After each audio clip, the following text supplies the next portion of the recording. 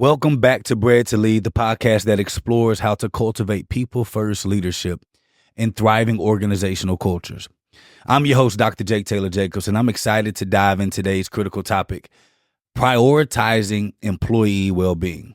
First and foremost, let me pause right here. Y'all, this is probably my fourth actual podcast that I've done over my career. And this Bred to Lead podcast is doing something to me. I'm excited about coming back to have these conversations and dialogue with you about how we can actually make our workplaces better, how we can drive change, how we can create excitement in ways that I never thought of before. So I just wanted to tell you that. I just wanted you guys to know that I'm giving you the best. I'm giving you the best that I got because it's simply this. It is my true belief that the better leaders we have in any workplace, in any industry, specifically healthcare, do you understand the quality of service, technology, and innovation that we'll have? Oh my gosh. Let me just keep going. In our last episode, we talked about key ingredients for creating a positive work culture. Things like living your values, making space for human connection, over-communicating, magnifying what's working, and embodying servant leadership. But there's one fundamental element that underpins all of these practices, and that's a deep commitment to employee well-being. When we talk about well-being at work, we're talking about far more than just physical health or the absence of illness. We're talking about a holistic state of thriving across multiple dimensions: physical, mental, emotional, social, financial, and more. It's about showing up to work as a whole person and finally supported to be your best self. And here's the thing. Employee well-being is not a nice to have or a feel-good initiative. It's a fundamental driver of every metric that matters to your organization: productivity, creativity, engagement, retention, customer satisfaction, you name it. When people feel well cared for and empowered to prioritize their well-being, they bring their A game to everything that they do.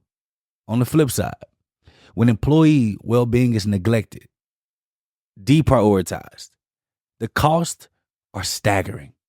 Burnout, disengagement, absenteeism, turnover, safety incidents, quiet quitting, you name it. These are just a few of the consequences of a workforce that's stretched too thin and operating in a state of stress and depletion. In fact, there was a recent study by Deloitte, I believe it was Deloitte, where they found that poor mental health costs UK employers up to $45 billion each year.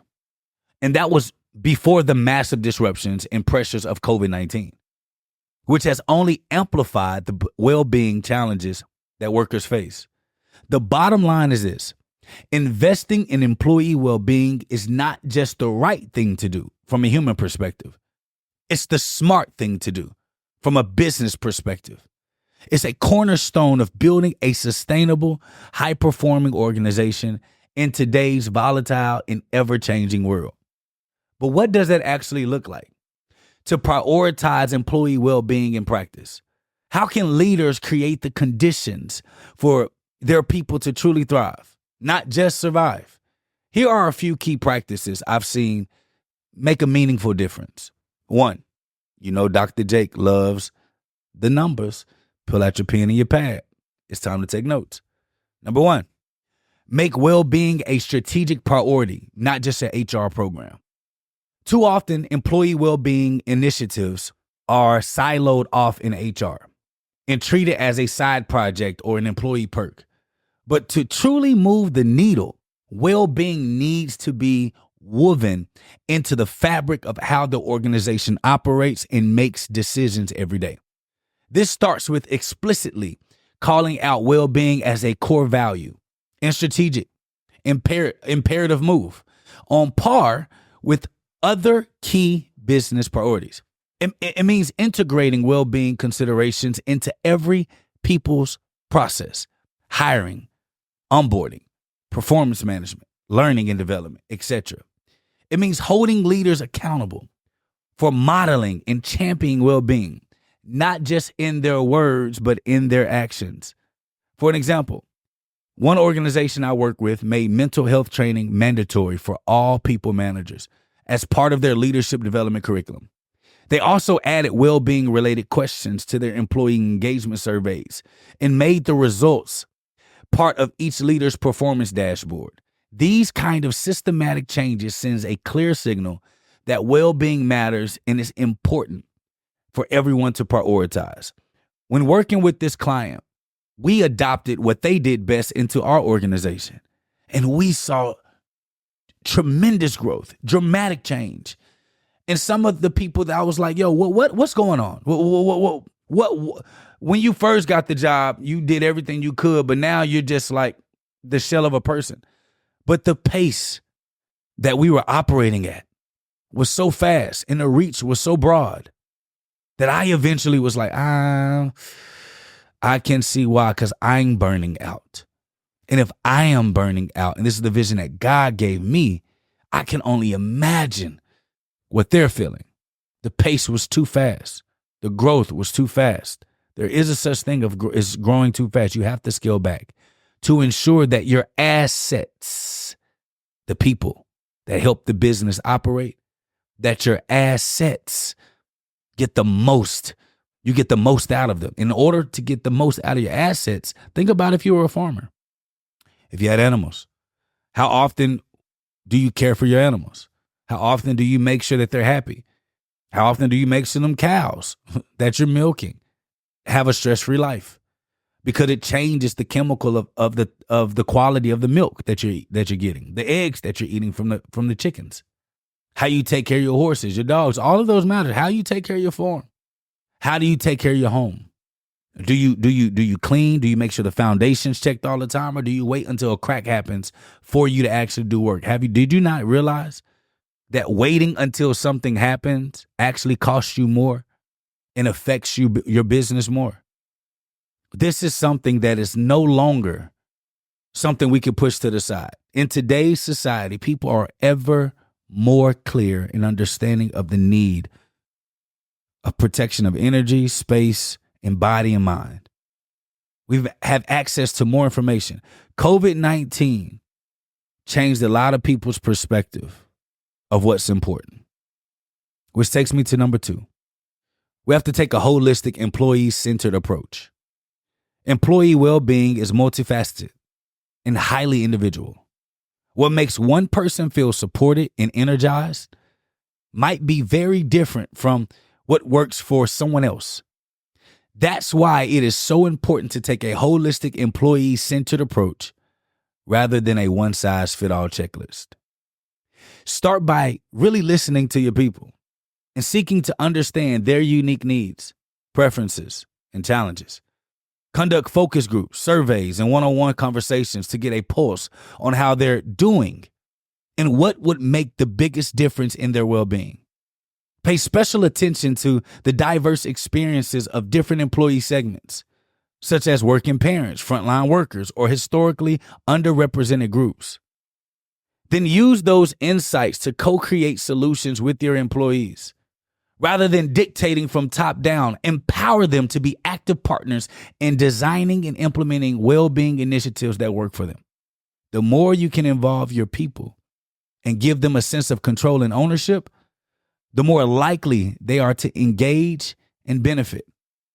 One powerful example is this manufacturing company that engaged its frontline workforce in completely redesigning its assembly line process to reduce physical strain and injury risk. By leveraging the firsthand experience of the people closest to the work, they were able to increase both safety and efficiency while also giving employees a greater sense of autonomy and impact. One of the biggest things that I do realize, especially when it comes to how I was leading before I started to adopt this, my own philosophy in people first, results second, this people first type leadership. One, I would never tell you guys to do anything that I haven't first done myself. 2, I was so upset that my leadership team was waiting on me to make every decision, and I never once realized that I was the handicap. Oh, this is good. I didn't realize that I was my own bottleneck. I never cultivated and developed them and trained them on how to help me, how to have autonomy, how to think like a CEO, which is why when I wrote my book, You're Not a CEO Yet, that was retrospective. When I wrote You're Not a CEO Yet, I was writing to me, telling myself all of the areas that I needed to fix, what I needed to get done better, the holes that I had that was hurting my own organization. You know the hardest thing, leaders, for us to do as leadership is to smell your own stink. One of my favorite songs, Andre 3000, said, I know you like to think yo don't stink, but lean a little bit closer, see, roses really smell like boo, boo, boo, boo. Y'all, my roses was stinking. And you know the craziest thing? There's this saying that if you stay around a stench long enough, you become immune to it.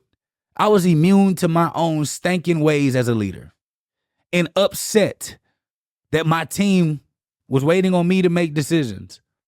So we have to normalize that, getting people involved. And can I tell you something? Most people that are involved in making changes and setting rules as a collective actually stick by the rules that they have agreed to. I mean, let's be honest. Most of us are adults here. And you couldn't be a leader if you just followed rules, right? Especially the change agents. I'm talking about the people first leaders, where you'll break a rule because it just doesn't make sense and it's hurting your team.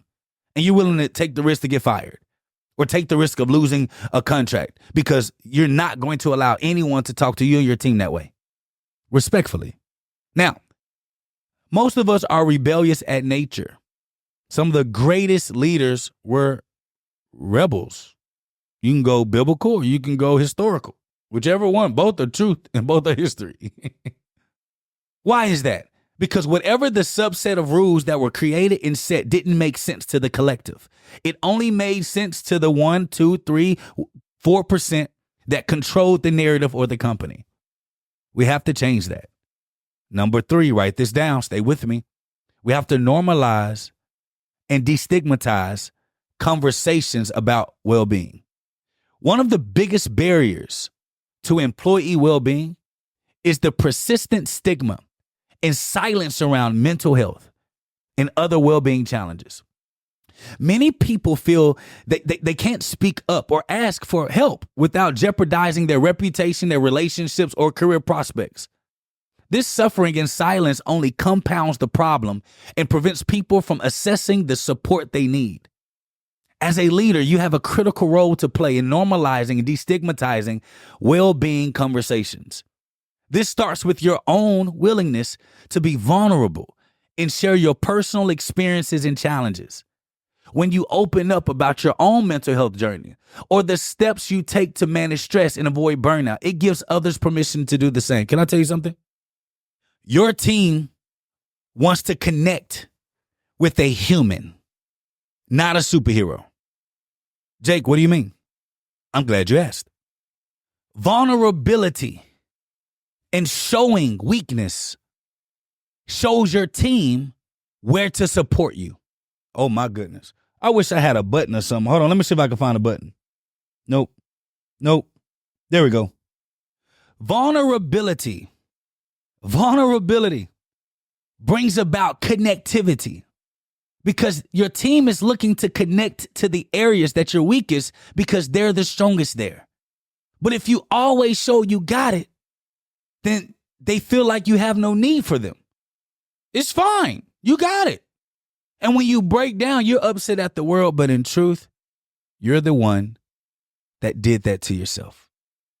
You should also and have to create proactively spaces for well-being conversations in both formal and informal ways. Y'all, I am the most irradical leader possible. I am both this and that. I am hot and I am cold. I'm up and I'm down simultaneously. Why? because everybody actually feels that way. And when you're a leader and you're performing and you're breaking rules, and I mean you're setting new standards, you're changing the game, and if you are a transformational leader and they still see your weaknesses and your vulnerability and you're still performing, it actually makes them want to follow you more. Not that you have everything figured out. I see this in a church all the time, where the pastor puts themselves in such a position like they're Jesus or like they're God. So when they make mistakes or they show their human side, it's almost like catastrophic to the organization. When in truth, we're all supposed to be showing our thorn in our side. How can you get support if you never show you need support? Y'all, I would even go to the extreme. I'm the leader that needs to know every aspect of the organization just in case someone lets me down. But I'm the leader that will allow for you to mess up and act like I have no idea how to do something so that my team can feel like, man, I'm helping Dr. Jake with something. Even if it's not to the best of its ability. I know that through time, through coaching, through advisement, through training, through development, they'll get better. But just their feeling to say, man, I helped you with something. I remember when my dad lost his job and I was in high school and he couldn't get another job. He had a high school degree. He worked at Dallas Morning News for 20-something years. I asked my grandfather for $150. He took me to Costco. I sold out of my candy in the same day. I gave my grandfather back his $150. I went back to Costco. I refilled again. I sold out again. Within a month and a half, 2 months, I had a candy business in 4 high schools. Most people had no idea. I was giving my mom $2,000 a month to help her with bills and mortgage. You want to know why? Because when I walked in the kitchen, my mom was cooking and crying. My dad told me he lost his job. He began to start drinking heavily, even more. That space of vulnerability made me go from a child to a young man immediately. I saw where I could help my parents. And I'm not saying that leading an organization is like parenthood, but it kind of is. And you got to give your team range to see when's enough's enough, or they'll keep pushing you too. You can start by creating these well-being conversations just with team meetings, well-being check-ins, hosting a regular lunch, learns on well-being topics, simply asking people how you're really doing in one-on-one conversations and being fully present to listen.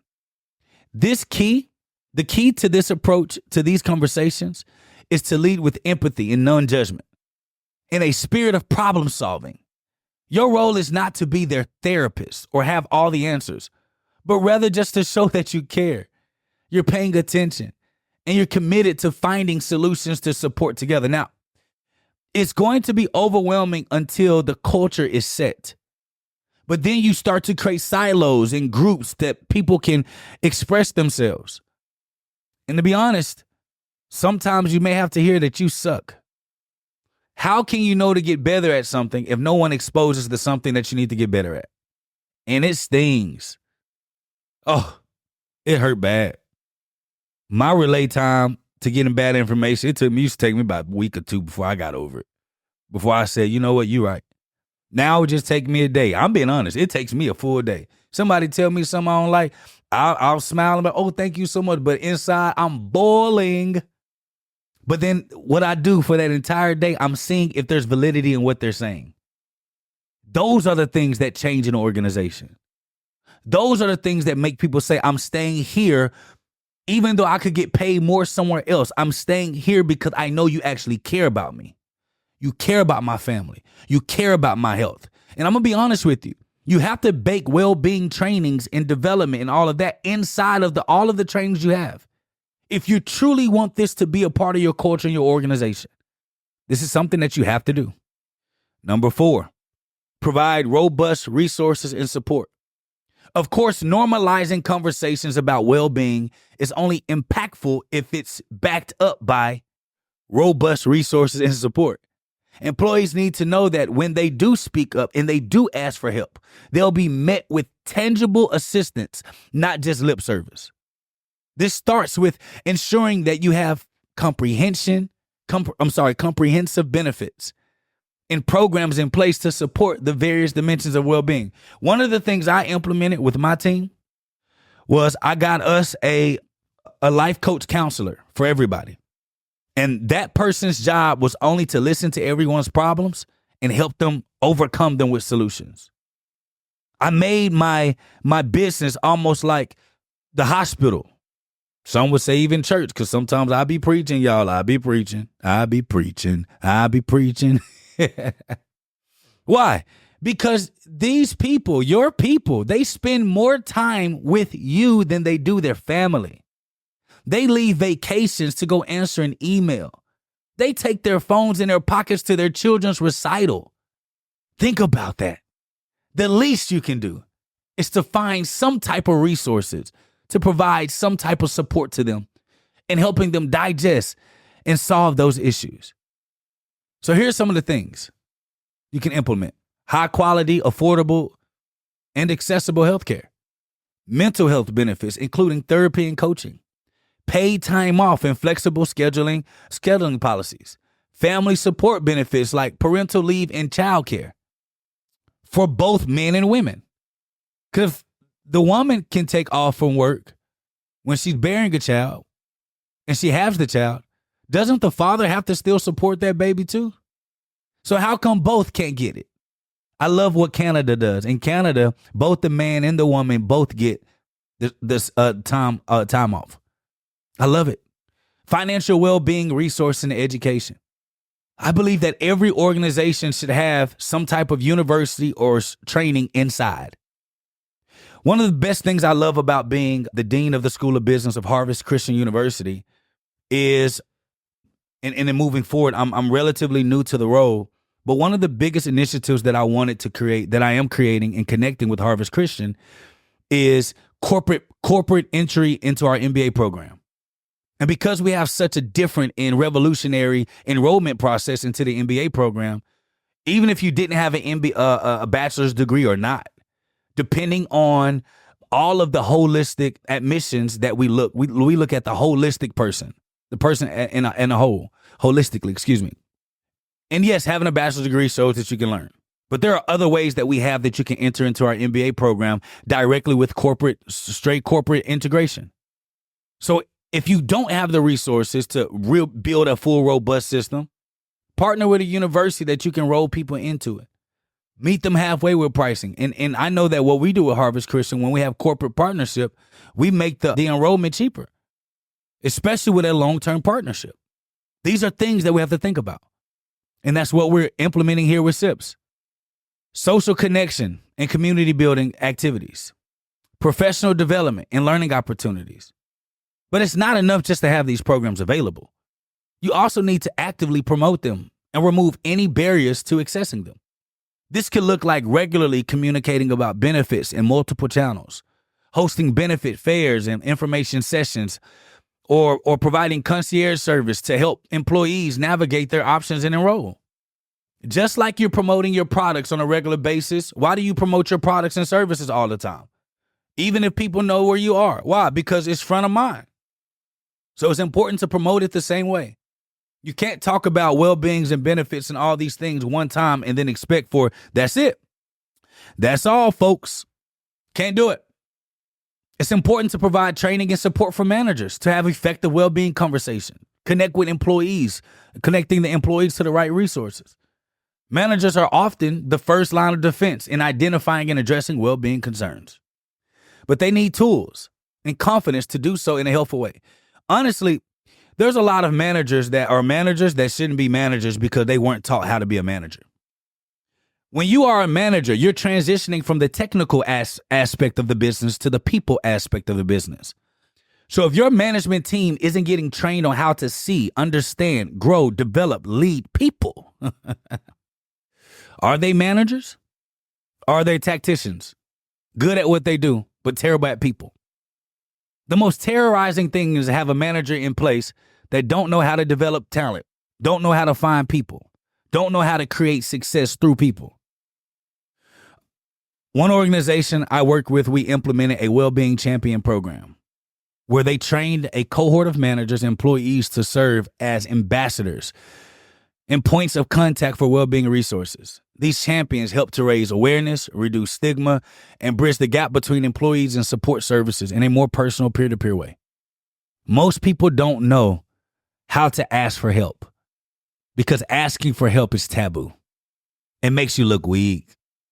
It makes you look like you're not capable enough, but inside you're burning and breaking. We have to change, and we have to get better. Lastly, number 5, write this down. We have to model and enable healthy work practices. Finally, one of the most impactful things leaders can do to prioritize employee well-being is to model and enable healthy work practices. The way work gets done, the pace, the expectations, the boundaries has an enormous influence on people's ability to thrive. This starts with taking a hard look at your own work habits and the example you're setting. Are you sending emails at all hours of the night and the weekend? Y'all, I still have to check myself on this. Are you skipping lunch and glorifying hustle culture? Are you taking your vacation days and truly disconnecting? Your people are watching and taking cues from your behavior, whether you realize it or not. Here's one of the things that hit me when I was talking to my corporate coach.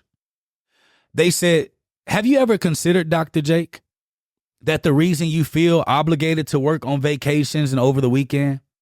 I'm not talking about when you're being creative, because y'all, I absolutely love what I do. I want to write books and write articles, and I love what I do. I'm talking about the work piece, like the not the idea creation where you're texting and you throwing ideas and talking about things positively or just addressing things. I'm talking about the work part. He said, have you taken into consideration that because you are inefficient with the time that you have while working, you take that into areas you're supposed to be resting? My goodness. My.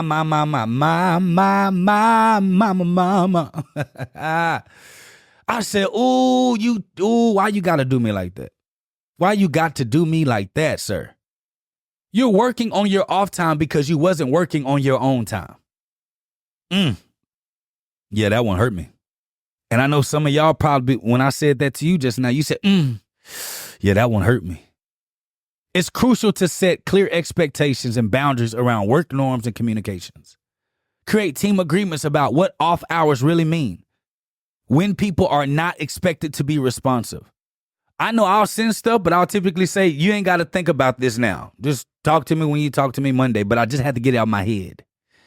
Encourage people to take regular breaks and use their vacation time. If you as a leader are not forcing your team to take their vacation time, you're going to create somebody who's going to burn out. And when they burn out, it will be in the most inefficient time, the not right now time of your life. Like, please don't quit right now. Yep. They gone. They gone. Like Justin Timberlake say, gone. They gone. Encourage people to take regular breaks, y'all. Be intentional about assigning workloads and deadlines. Create realistic deadlines. If you're dealing with a client, a patient, a staff, leadership, stop telling them you'll get something done when you know you're going to burn yourself out to do it. Create realistic deadlines. Under promise, over deliver. One powerful practice is to conduct a meeting audit. Assess which meetings are truly necessary and impactful versus ones that could be shortened, less frequent, and eliminated altogether. Some people just be meeting to death, just meet to meet. We just meet so that we can meet about the meeting that we just met about and think about the meeting that we just met about to meet again and not get nothing done because we always in meetings. Reducing just the volume of meetings can even go a long way in freeing up time for focused work and reducing the sense of constant busyness. Another game changer is giving employees more autonomy and flexibility in when and where and how they work. Now, I'm not saying just to give it to everybody. It has to be earned when you know that they can produce. But when they can produce, get off their back. You remember when you was a teenager and your mama and your daddy used to be on your back? Just on the back like a backpack, just everywhere, just hanging on you like a koala bear. Nobody wants that. And a lot of us don't, we're leading adults and talking and treating them like they're children. The pandemic has shown us that many roles can be done effectively, remotely, and on more flexible schedules. Continue to offer this optionality within constraints of the business needs. Having off and on. One half can work from home, the other half comes in. The other half has to work from home, the other half comes in. Even switching things like that. Being creative with your workplace and giving them that freedom to do what they need. The bottom line is this. As a leader, you have tremendous influence over the conditions that enable or inhibit employee well-being. By being intentional about your own modeling, the expectations you set, and the choices you make about how work gets done, you can create an environment where well-being is the norm, not the exception. Prioritizing employee well-being is not a one-time project or a box to check. It's an ongoing commitment and a daily practice. There will be times when the pressures of the business or pace of change make it challenging to keep well-being at the front and center. I'm not saying that it's perfect. There will be times where you stumble and fall back into your old patterns. The key is to keep coming back to your values and why. To keep listening to your people, involving them in co-creating solutions, and to keep taking one step forward at a time, knowing that every action makes a difference. Listen, every company has an on season and an off season. When you're in the on season, it's going to be hard to keep this up because pace is up, clients up. This is just your on season. But when you're in your off season, that's when you help them get their rest. Imagine if NBA, NFL, and all these athletes were 24/7 nonstop. Their bodies will be breaking down after year 2 or 3. They're still working in the off season, but just not as grueling. So figure out when your hot seasons and your off seasons and your mid season are within your organization, and then create an environment that caters to when to be on and when to be off. The payoff of investing in employee well-being is immense. Not only will you boost all of your traditional business metrics, but you'll also create a workplace where people can show up as their full selves and do their best work. You'll build a culture of trust, care, and belonging that attracts and retains top talent like you can't believe. And you'll make a meaningful difference in the people's lives in the world at large.